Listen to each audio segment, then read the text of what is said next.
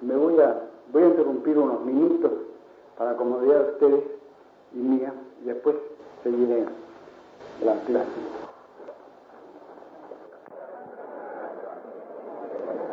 Más o menos la mitad. Antes de la séptima tuba, que significa literalmente la parucía. ¿Por qué hace esto San Juan? ¿Por qué retrocede antes de la parucía? Me parece que es porque el tema principal de su libro y el foco de su profecía son los últimos tiempos, es la parucía. Entonces él toma un aspecto de la historia de la religión y lo va prosiguiendo hasta llegar al fin.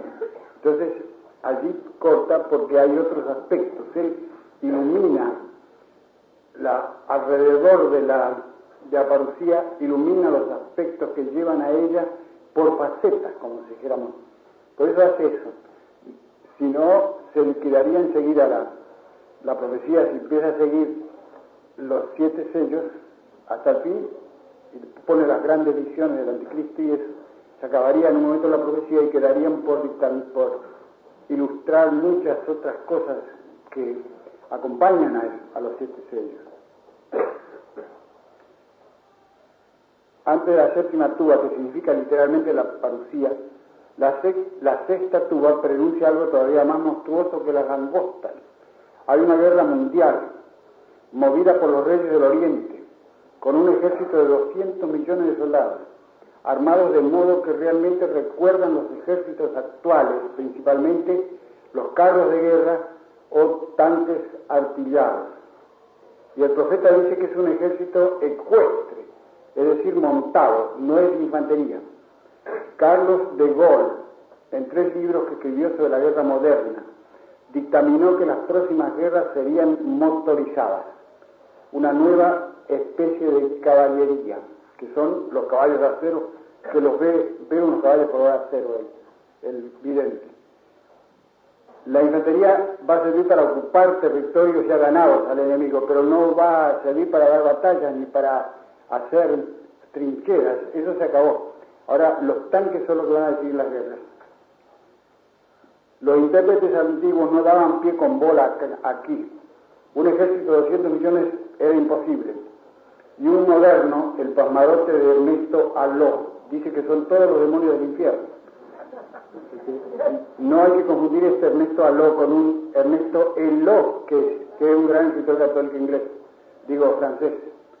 Aló es un dominico que escribió un comentario del Apocalipsis, muy malo me parece a mí, y que lo voy a tener que citar muchas veces porque es autorizadísimo, es un libro inmenso, lleno de erudición, y él al llegar aquí dice que son los demonios del infierno. Pero nosotros sabemos más. Un ejército de 200 millones no es imposible. La China sola puede hoy reclutarlo. Y su armamento, que parece fantástico, caballos con armaduras ígneas y sulfúreas, color acero, y las cabezas y las colas arrojan fuego, humo y azufre, recuerdan singularmente los modernos tanques de guerra. La séptima tuba, como dije, habla directamente de la parucía sin género de duda. El último septenario son las 7 fialas o vocales de la ira de Dios. Fiala en latín significa un frasco de boca ancha, de cuello estrecho, con asa o sin asa. De manera que la traducción de fiala es vocal. Yo en mi libro puse redoma o vaso. Redoma no es. La redoma es otra cosa. Es una especie de alambique. Y la vaso es demasiado general. La traducción exacta es vocal, con B larga que no usamos nosotros mucho. Los 7 vocales de la ira de Dios, que están puestas después de la pintura del anticristo. Y San Juan los llama los últimos flagelos. Es fácil de ver que se trata de castigos de Dios a los incrédulos y pecadores, pero no es fácil determinar en qué consisten concretamente. El primero ha sido interpretado por los santos padres, los demás no. El primero es la sífilis. El profeta dice, una llaga ciega y vergonzosa en los hombres que han cedido al anticristo, o que han tomado la marca del anticristo. Los autores traducen diferentemente esto, pero hay muchos tantos padres que han visto en esta llaga una relación con el sexo. Yo no sé por qué. Otros han dicho que eran hemorroides. La sífilis no la conocían los antiguos. No era endémica como entre nosotros. No sabían que era una enfermedad especial. No sabían el origen, no sabían la causa.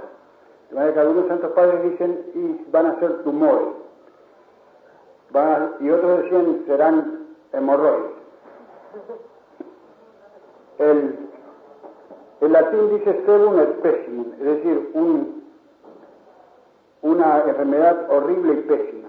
Y el griego, el texto griego, dice cacón ponerón, es decir, maligno y doloroso. Una enfermedad maligna y dolorosa. Las otras llagas, las otras fiadas, las he fijado yo con poca ayuda de la tradición, fijándome en los grandes males que aquejan al mundo de hoy por culpa de los hombres mismos. Pues los castigos de Dios suelen ser las consecuencias de los desórdenes humanos. Pues Dios no anda con un palo o un cuchillo matando a los que lo desobedecen.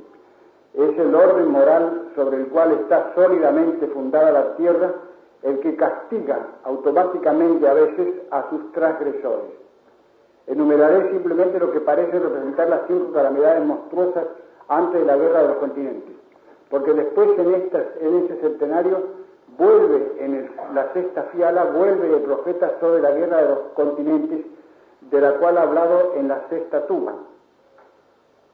Primera está dicha, la enfermedad de Venecia. Segunda, el mar se vuelve sangre muerta. El ángel volcó su bocal en el mar y se volvió sangre como de un muerto, dice el ángel.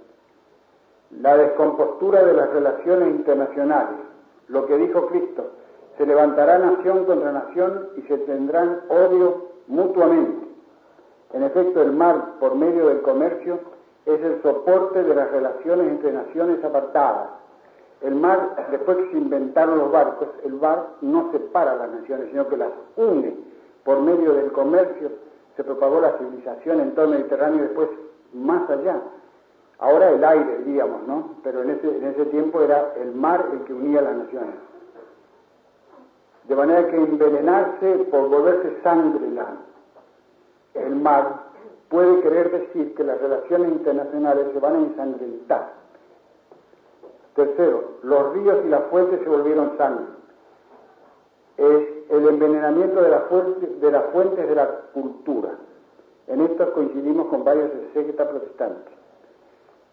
Anteayer salió la noticia de que el Rin había sido envenenado por un insecticida.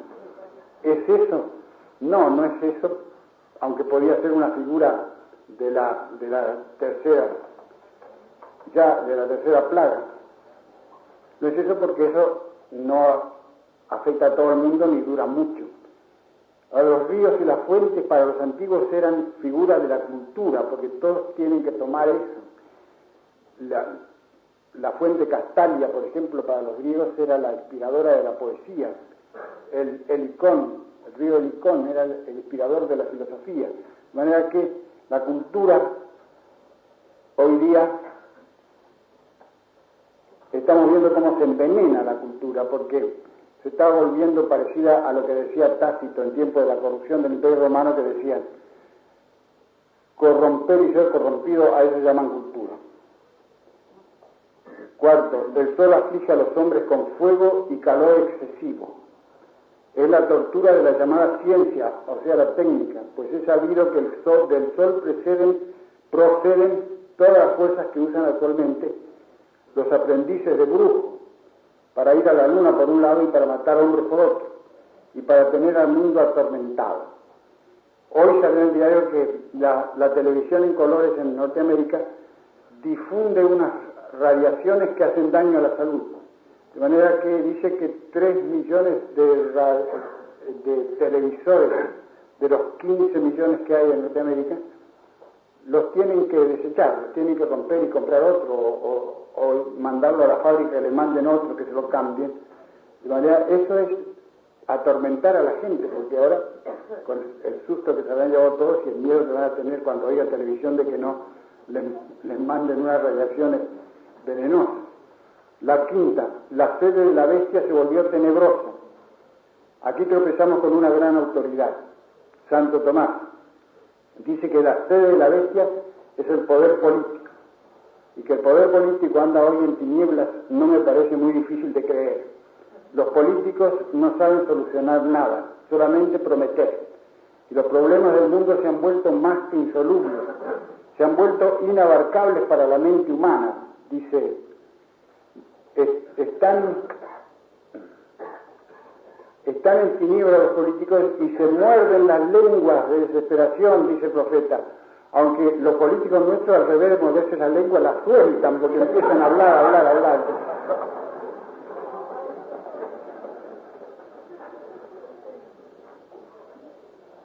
La sexta, el ángel vuelca su bocal en el gran río Éufrates y lo seca para abrir camino a los reyes del oriente. Me parece enteramente transparente este símbolo. El Éufrates era el límite que dividía al oriente bárbaro del Imperio Romano. Por tanto, Éufrates aquí representa alguna gran barrera que antes defendía a Europa del Asia, o sea, de lo que el Kaiser Guillermo II llamó el peligro amarillo. Soloviev en 1900 vio esto mismo, como diremos más adelante. Los diarios están repletos de noticias sobre la intranquilidad del mundo, y quien lleva la batuta de esta intranquilidad es el Oriente, China, el comunismo, Rusia, el Vietnam. Antes de la gran guerra de Oriente contra Occidente, el profeta vio una cosa chusca. ¿Se llevará a cabo esta guerra o se prepararán solamente los hombres para ella? No se sabe.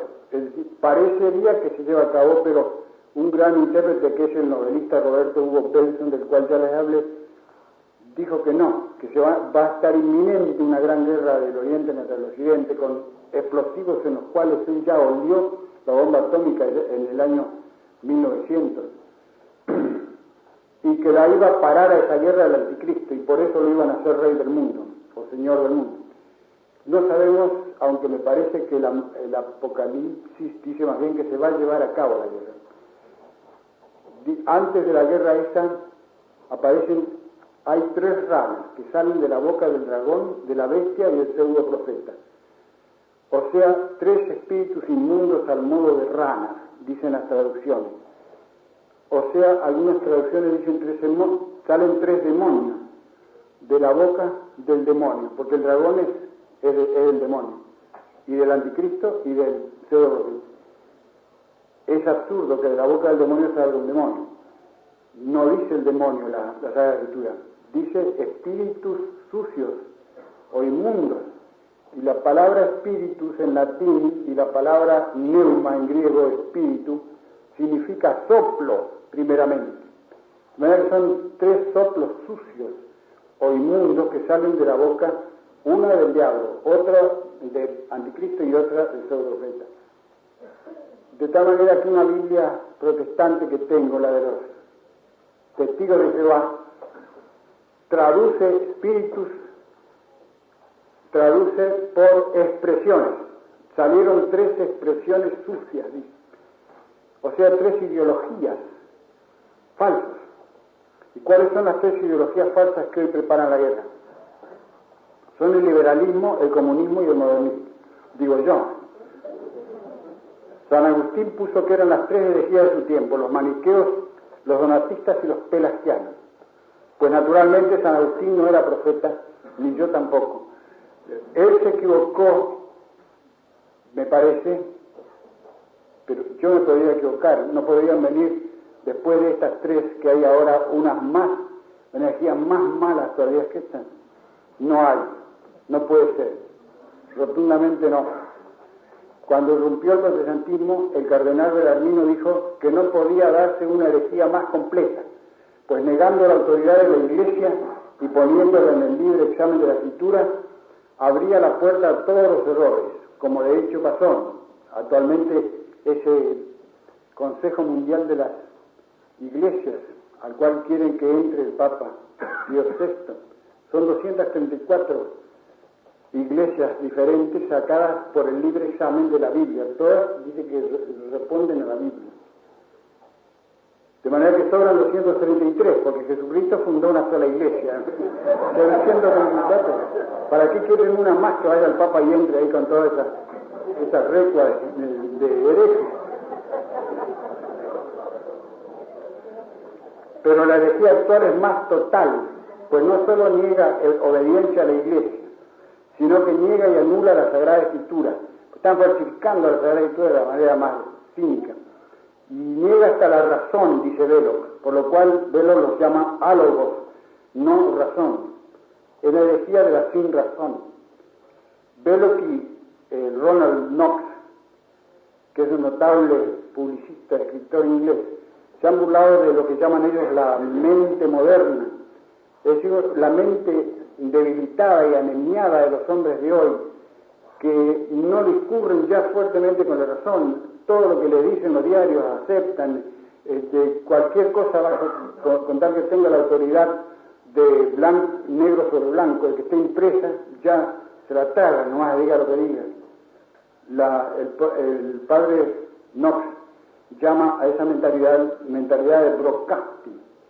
Pero lo más notable es que él, esos artículos que escribió contra esa mentalidad, haciendo caricatura de esa mentalidad, los propaló por radio, de manera que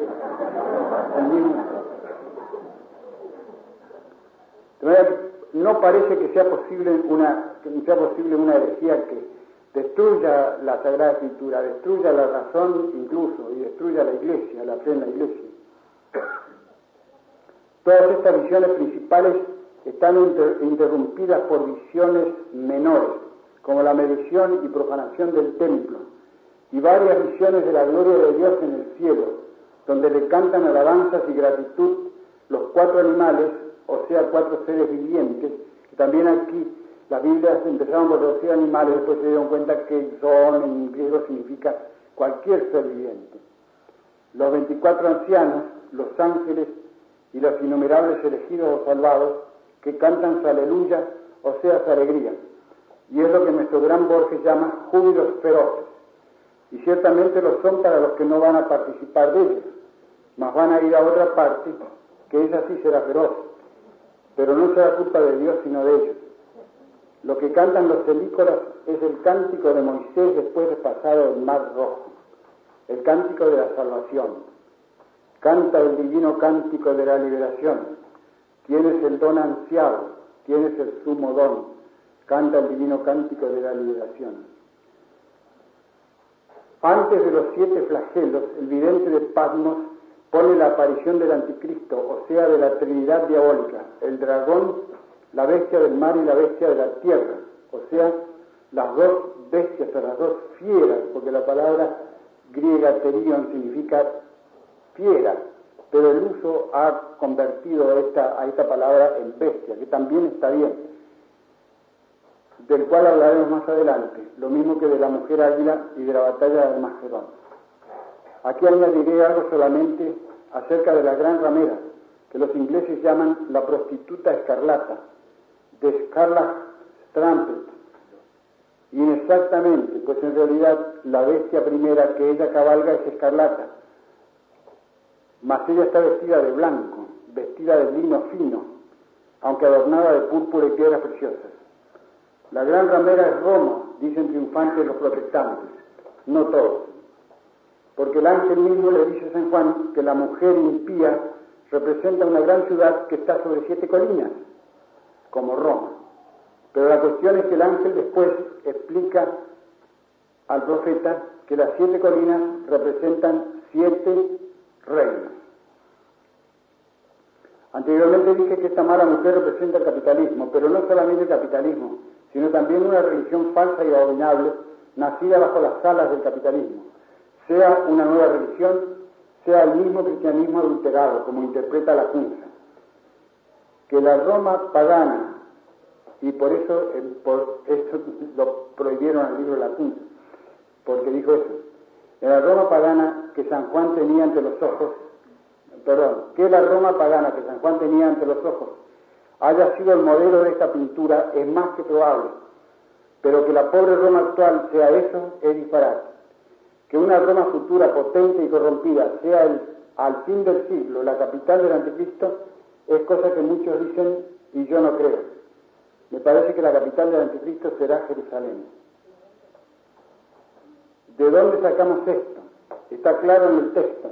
El profeta describe la ramera como un gran emporio comercial, por cierto un puerto de mar, que domina el mundo entero, que gobierna el comercio internacional, que enriquece a los que la sirven, que se gloría de que ni Dios le puede hacer nada, y que anda borracha de la sangre de los mártires, y ofrece a toda la gente el vino de la ira de su fornicación, como dice el profeta con una metáfora rara, que evidentemente designa una corrupción religiosa.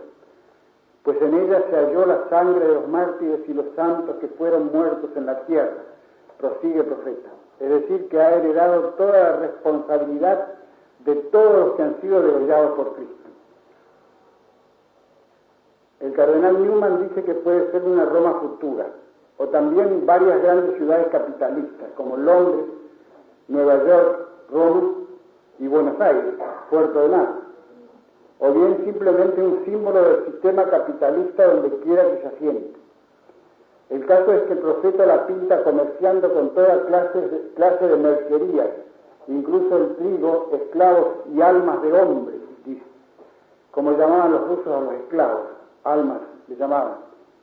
Y enumera toda clase de mercaderías, el profeta, piedras preciosas, cosas de lujo, y toda clase de lujo.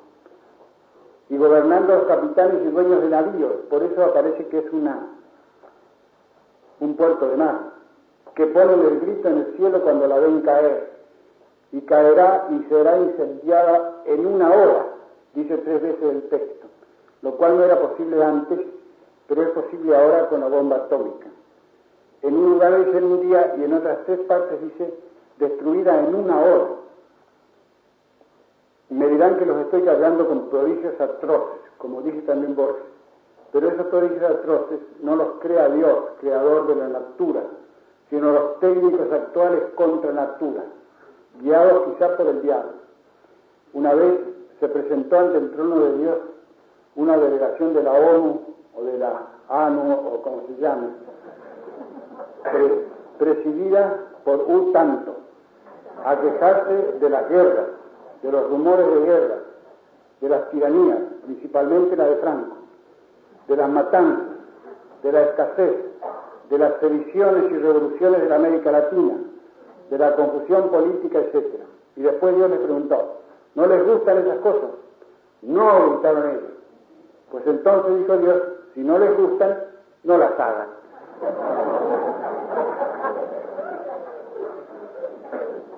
Es decir, casi todos los males del mundo los hacen los hombres. Hay un volcán por ahí, un terremoto por allá, pero eso no es nada al lado de todos los desastres que inventan los hombres. Aquí en este capítulo 18 de la caída de Babilonia hay un lío que aún no se ha resuelto satisfactoriamente. La mujer está montada sobre la bestia, pero no se sabe si la está oprimiendo o no. Si va de buena voluntad la bestia, que es el anticristo, o no, contra su voluntad. Un exégeta extranjero que está aquí en Buenos Aires, que no quiere que diga su nombre, ha opinado que la bestia es el comunismo y la mujer capitalista lo está oprimiendo, hasta que se levanta el comunismo enfurecido y la destruye. Después, la bestia tiene 7 cabezas y 10 cuernos, y el ángel que adoctrina a San Juan le dice que son 7 imperios y 10 reyes. Estos 10 reyes darán toda su fuerza a la bestia, y odiarán a la forneguera y la destruirán por fuego. Pero resulta que por otro lado la bestia, o sea el anticristo, vence a 3 reyes, y los demás se le someten, en 2 diferentes momentos del tiempo, tiene que ser. Y resulta que la bestia es uno de los 7 imperios, de las 7 cabezas, y se vuelve el 8º sin dejar de ser de los 7, y es herido de muerte, y después revive, con lo cual el mundo todo la acepta y venera a causa de su resurrección. La solución más probable de este lío es que el anticristo restaurará el imperio romano, que era el último de los 7, y así será 8º y 7º a la vez, y estaba muerto y revivió. Esta es opinión común de los santos padres. Como ven, no parece estemos muy cerca de eso. ¿O sí? Hoy día hay un movimiento muy fuerte, los One Worlders, o mundiunista, un mundo que propicia la restauración del imperio de Augusto y de Nerón en forma de una confederación mundial, sin Jesucristo. Cuando uno fabrica un sistema cualquiera de interpretación del Apocalipsis, enseguida parece convincente, porque es tan grande la incoherencia de sus visiones que cualquier orden que se ponga en ellas entusiasma, dijo el cardenal Newman, pero en cuanto uno se pone a analizarlo, se le desmorona. Sin embargo, el mismo Newman propuso un sistema suyo. No me remedio que a ordenar de alguna manera las visiones. Aquí viene una pregunta que se me ha hecho. ¿Por qué Dios tiene que hacer morir al mundo de esa manera atroz? ¿No podía matarlo con pastillas de Veronal? Yo pregunto a mi vez, ¿por qué Dios tuvo que hacer pasar a su Hijo humanado por la pasión y la crucifixión? ¿No podía hacerlo morir en la cama? ¿Por qué? No lo sabemos. La cuestión es que resultó necesario, tanto para Jesucristo como para todo su cuerpo místico, a través de grandes tribulaciones llegar a la resurrección. Él mismo se lo dijo a los de Maús. Le dijo que convenía, no habéis visto en la Escritura, que convenía que el Hijo de Dios pasara por muchas tribulaciones antes de llegar a su reino. La razón puede ser esta. Hay maldad en la tierra. Dios no puede suprimir la maldad sobre la tierra sin suprimir el albedrío del hombre, lo cual no va a hacer, y menos la obstinada maldad del diablo, que apoya a la maldad humana. Daniel profeta dice que la maldad irá creciendo, lo mismo que la santidad, hasta el fin del mundo, y eso lo repite San Juan Apocaleta. Y ese es el verdadero progreso que hay en el mundo, un progreso a dos puntas. Progresa la maldad y progresa la bondad hasta el fin del mundo. Desde que empezó el mundo, el hombre ha derramado sangre. Caín y Nimrod, hijo de Caín, hasta Stalin y los actuales estalinistas, por ejemplo. Esa sangre clama al cielo como la de Abel, y los mismos santos del cielo piden a Dios que la vengue. Y la vindicta de Dios no consiste sino en dejar que los perversos perverseen y se embromen cada vez más. Dios no va a matar al mundo, sino que el mundo se va a suicidar. Aunque al final del Apocalipsis aparece Cristo en un caballo blanco con una gran cuchilla en la boca y seguido de ejércitos aliados, Cristo no necesita venir a pelear a Facón con Borges y Cortázar, ni con el anticristo, el cual ya ha nacido el año 1966, según dice un astrólogo conocido mío, Solari Parravicini. Dice que nació en junio de 1966, así que 666, la cifra del anticristo. Ahora tendrá unos 5 o 6 años. Está por ahí escondido. Hace profecías por medio de dibujos. El otro día el padre Lorenzetti, que vino acá a oír mi conferencia, dio una conferencia sobre las profecías de Lorenzetti, de Parravicini y el Apocalipsis. Yo quería ir, pero no pude, me tocó a esa hora ir a otra parte. Yo no sé, son notables, yo he visto los dibujos de esos, son notables, si es verdad que los ha hecho la fecha que ponen ahí abajo. Pues entonces ha anticipado muchas cosas que después sucedieron. Pero, ¿cómo estamos seguros de eso, de que se publican ahora los dibujos? ¿Cómo estamos seguros que este dibujo lo hizo en 1942 o en 1937? No sabemos. Pero son notables, por lo menos son buenos dibujos. Cristo tumbará al anticristo con un soplo de su boca, es decir, con una palabra, como dice San Pablo. La espada es un mero símbolo en esa visión de San Juan, en que aparece con la espada en la boca.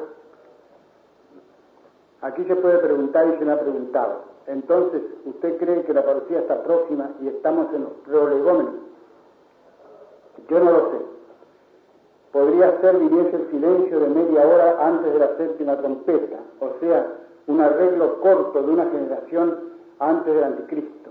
Es decir, que la crisis del siglo XIV, al fin y al cabo, se arregló de una manera esplendorosa que parecía un nuevo renacimiento en el mundo, y le llamaron renacimiento a la edad que siguió, y el renacimiento, esa crisis se suspendió por un ciclo. El enseguida empezó la corrupción, otra vez vino la gran revolución religiosa del protestantismo. O sea, un arreglo corto de una generación o dos antes del anticristo. El hecho es que varias veces los cristianos creyeron próxima a la parucía y se equivocaron, y podemos equivocarnos ahora, pero eternamente no nos vamos a equivocar. Y es mejor equivocarse 10 veces creyendo ya viene Cristo y no viene, que equivocarse una vez creyendo que no viene y que venga, como ladrón nocturno. Es como esos que cada vez que están enfermos se confiesan y comulgan y piden los santos óleos. Hacen bien. La razón de esto es que antes de Cristo la historia del mundo seguía una línea recta, pero después sigue una línea quebrada. San Vicente Ferrer anduvo predicando por toda Europa que la parucía estaba cerca y haciendo milagros para confirmarlo. Y no se equivocó porque estaba cerca, pero surgieron en la cristiandad muchos santos, una falange innumerable, más de 30 santos conocidos, canonizados, y muchos otros que no fueron canonizados, surgen en el siglo XIV y XV, y apartaron con su prédica y con sus ejemplos la terrible crisis del siglo XIV, que realmente parecía que no podía andar más el mundo. De manera que la historia del mundo se parece a un automóvil que va de Salta a Jujuy por el camino de Cornillas, al borde de un precipicio, aproximándose y apartándose de él, pero aproximándose cada vez más. Y la razón es que la parucía depende de dos libres albedríos, el de Dios y el de los hombres. No está fijada indivisiblemente, sino que depende de la conducta de los hombres y del capricho de Dios, digamos. Depende de dos libres albedríos, y los libres albedríos no los pueden conocer ni los ángeles del cielo, si quieren. Ni el Hijo del Hombre en cuanto hombre, dijo Jesucristo, que ni los ángeles del cielo ni él en cuanto hombre sabían la hora, el día y la hora de la parucía. Ni siquiera el mismo Cristo en cuanto hombre, como él mismo dijo. De manera que aunque estemos atentos a los signos y a veces nos parezca ya ver venir al Rey que viene, sin embargo seguimos trabajando tranquilamente por ver de mejorar a la Argentina, conforme mandó San Pablo: el que no trabaja, que no coma.